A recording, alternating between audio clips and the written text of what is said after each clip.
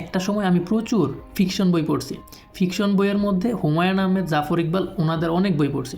যারা নতুন বই পড়া শুরু করতেছেন, হুমায়ুন আহমেদ, জাফর ইকবালের বই পড়ার চেয়েও আরও ভালো একজন বাংলাদেশের রাইটার আছে যার বই দিয়ে শুরু করতে পারেন, আহমদ ছফা।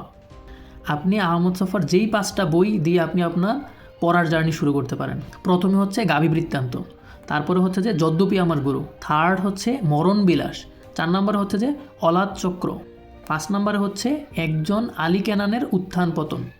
এই 5টা বই পড়তে পারেন।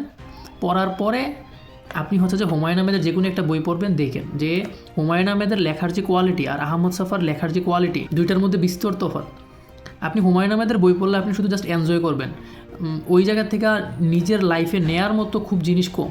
কিন্তু আহমদ ছফার বইগুলো আপনাকে শেখাবে হচ্ছে যে শির দ্বারা সোজা করতে, শির দ্বারা সোজা করে কীভাবে সত্য কথা বলবেন, সত্যটা কি, সমাজে যারা উপরের দিকে উঠতেছে, বড়লোক হইতেছে, সকল ক্ষমতা যাদের কাছে, তারা এরকম একটা সময় পরে এরকম ওদের শির দ্বারা ঠিক থাকে না কেন, ওরা কেন আরেকজনের দাস হয়ে যায়, এই জিনিসগুলো জানতে পারবেন আহমদ ছফার বই পড়লে।